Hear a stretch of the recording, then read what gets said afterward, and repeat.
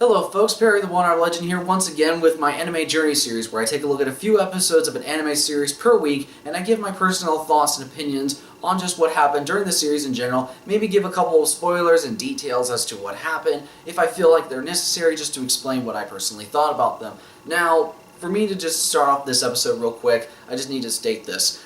For this series to continue, I need you guys to actively participate into what I'm watching. The reason I do these videos is because I want to actually have a discussion with you guys regarding the shows that I watch and have a chance to watch it with me and give your personal take on it. You may disagree with what I personally have to say about a show, and I actually want to hear your thoughts in a healthy discussion manner. Also, I have an update for this series of videos after the end of this one, so stay tuned for that.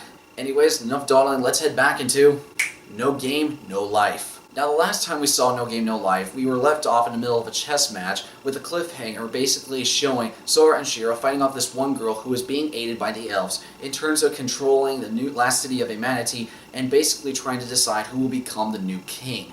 Now, this match was awesome to see its conclusion, and it actually gave a little bit of a interesting thought in terms of trying to win a revolution without trying to fight and trying to basically cause bloodshed. And so by the time that this match ends, it actually makes something a little bit interesting, and by that time Sora and Shiro are crowned as the new kings of this city. After the coronation, Sora actually gives this really interesting speech about how, yes, humanity may be the weakest race, but at the same time, we're also strong because of our wisdom, our ability to learn and possess knowledge.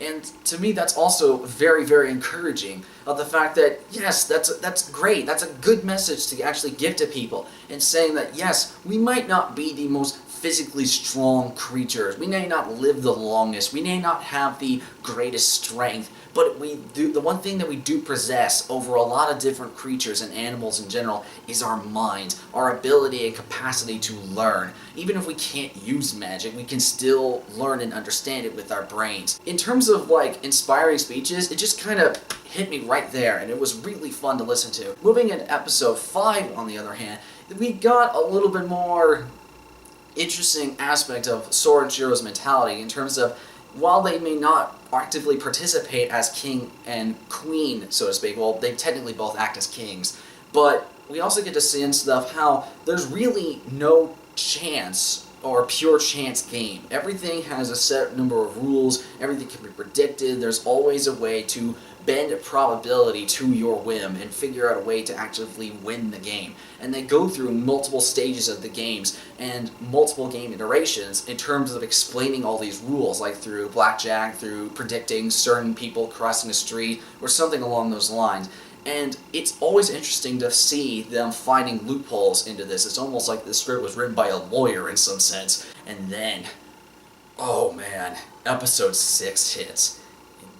Damn, that was awesome. I'm serious, that was so... Everyone I had heard who had watched episode 6 had just been going crazy over it. It was just so... I have never seen so much hype over one episode in a while. And so, going in episode 6, I really didn't know what to expect.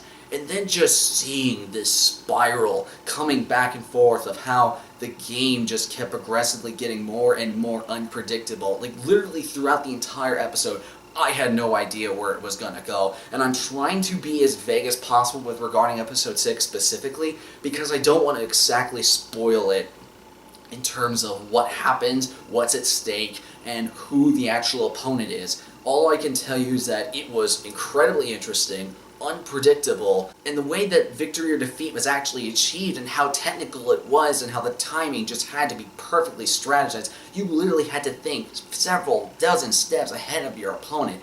And not only that, it managed to be both super serious and funny at the same time. It managed to go from something where it's like, yes, I'm dead serious about what I'm trying to say, and all of a sudden a beach episode just happened to pop in out of nowhere, and I just thought to myself, did this show just come up with a legitimate excuse of having a beach episode in an anime and therefore rendering all fan service haters completely invalid? I have to say to the creators, thank you very much.